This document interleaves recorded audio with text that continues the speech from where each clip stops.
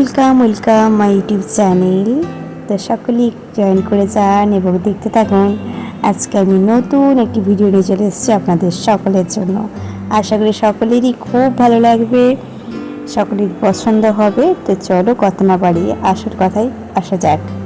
হয়তো এই বছরের এটাই আমার শেষবারের মতো আম খাওয়া। কেন এমন বললাম তার সত্যি কারণটা জেনে নাও তোমরা। কারণ বাজারে দেখুন না, আম প্রায় শেষ হয়েই এসেছে। আর হয়তো কয়েকটা দিন আম পাওয়া যেতে পারে, তাও গোনা গুটি কয়েক দোকানের মধ্যে। সব দোকানে পাওয়া যাচ্ছে না আম। আম তো প্রায় শেষের মাথায় একেবারে। তো এই শেষের সময় যে আম আমার আরও বেশি পছন্দ হতে থাকে, কারণ যত্রতত্র যেখানে সেখানে যত খুশি পাকা পাকা আমের গন্ধ পাওয়াই যায় না। খুব রেয়ার খুব কম দোকানে কিছু পরিমাণ 1 কিলো 1.5 কিলো আম দেখা যায়, যা দেখলেই ইচ্ছে করে 2-4টে তুলে নিই। তো তেমনই আমি ফলের দোকানে গেলেই এই শেষ যখন আর পাওয়াই যাবে না, আম দোকানের কাকুরা বলছে যে আর তো মাত্র এই কয়েকটা দিন আম পাবে, আম খেয়ে নাও, আর আম পাওয়া যাবে না, কারণ আম একেবারেই শেষের মাথায়। তো কি করব, কথা শুনলে খুব খারাপ লাগছে, কারণ আম আমার প্রচণ্ড পছন্দের একটি ফল। জানি না তোমরা কতজন আমার মতো আম খেতে ভালোবাসো। তো আমার আবার সব ধরনের আম কিন্তু ভালো লাগে না, বিশেষ কিছু ধরনের আমি খেতে পছন্দ করি। তার মধ্যে একটি আমের নাম হলো গোপাল ভোগ। জানো না, আমি জানি না তোমরা কতজন এই নামটার সাথে পরিচিত। হয়তো কম বেশি অনেকেই এই আমটা সম্বন্ধে জানো। তো গোপাল ভোগ, রাজভোগ, তারপর হিমসাগরটা খুব একটা ভালো লাগে না, বাট মোটামুটি বলতে পারেন। এই কিছু আম আমার একটু বেশি পছন্দ। তো যাই হোক, তো তেমনই আমি 2 ধরনের আম নিয়ে খেতে বসে গেছিলাম আপনাদের সামনে। এই মুহূর্তে আমার হাতে যে আমটি আমি কাটছি, সে আমটি দেখতে যত সুন্দর, খেতেও ঠিক ততটাই সুন্দর। মানে দেখতে যদি আমি 10-এর মধ্যে 10 দিই, তাহলে বলবো খেতে ওটা প্রায় 10-এর মধ্যে 8। আর এর আগে আমি যে আমটা খেলাম, বা আবারও ওই ভিডিওর একটু ক্লিপ আছে তোমার সাথে শেয়ার করব, ওই আমটা 10-এর মধ্যে আমি খেতে দেবো 10-এ 10 এবং দেখতে 10-এ 8, উল্টোটা বলতে পারে। তো যাই হোক, আমরা খুব মন দিয়ে খাচ্ছিলাম, কারণ বছরের শেষ আম, এই আমই আমার শেষবার খাওয়া। হয়তো এরপর হয়তো চাইলেও আর বাজারে আম পাবো না। তো সেদিন ছিল আমের রঙও টুকটুকে হলুদ, এবং আমার পোশাকটা ছিল টুকটুকে হলুদ। দুটোর কম্বিনেশন ছিল যে একেবারেই ওয়ান্ডারফুল, মানে একেবারেই মনোমুগ্ধকর।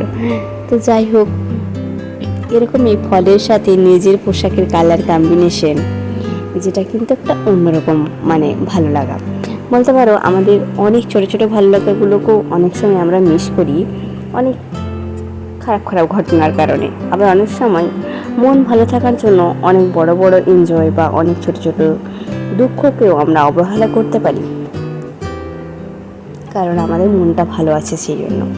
তাই সব কিছুর ঊর্ধ্বে যেটাকে আমি রাখি সেটা হলো হেলথ, কারণ হেলথ ইজ আ ওয়েলথ, অর্থাৎ স্বাস্থ্যই হলো সম্পদ। তাই পৃথিবীতে সমস্ত কিছু নষ্ট হলেও তুমি পুনরায় তা অর্জন করে নিতে পারবে তোমার নিজের বুদ্ধিমত্তা, ক্ষমতা, সমস্ত কিছুর দিয়ে। কিন্তু তোমার হেলথ যদি নষ্ট হয়ে যায়, সেটাকে পুনরায় ফিরে পাওয়া খুবই স্ট্রাগল করতে হয়, বা হয়তো সম্পূর্ণরূপে স্ট্রাগল বা টাইম দেওয়ার পরেও হয়তো আপনি যতটা ভালো হেলথ চাইছেন ততটা হয়তো পুনরায় ফিরে নাও পেতে পারেন। যাই হোক, এই সব কিছু বলার মাঝখানে আপনাদেরকে একটি কথা বলা, সেটা হলো যে সমস্ত বন্ধুরা এখনও পর্যন্ত আমাকে সাপোর্ট করেনি, প্লিজ প্রত্যেকে একটু সাবস্ক্রাইব করে বেল আইকন প্রেস করে দেবেন এবং সাপোর্ট করে দেন। আপনাদের এই ছোট্ট সাপোর্টই কিন্তু আমাকে অনেক কাজ করতে মোটিভেট করে। এবং প্লিজ পারলে একটা সুন্দর আপনার মতামত আমার কমেন্ট বক্সে রেখে যাবেন। সেটা আপনার ভালো লাগা, খারাপ লাগা, যা কিছু, বা আমার কিছু ভুল ত্রুটি, যদি সেগুলো সংশোধন করলে ভালো কিছু হয় তাহলে। যাই হোক, আশা করি যারা আমাকে এতদিন ধরে চলার পথে সাপোর্ট করছেন, সাহায্য করছেন, মোটিভেট করছেন, তাদেরকে অসংখ্য ধন্যবাদ। খুব ভালো থাকুন, নিজের স্বাস্থ্যের যত্ন নিন এবং হাসি খুশি থাকুন, এবং আপনার সাথে থাকা মানুষটিকে হাসতে সাহায্য করুন।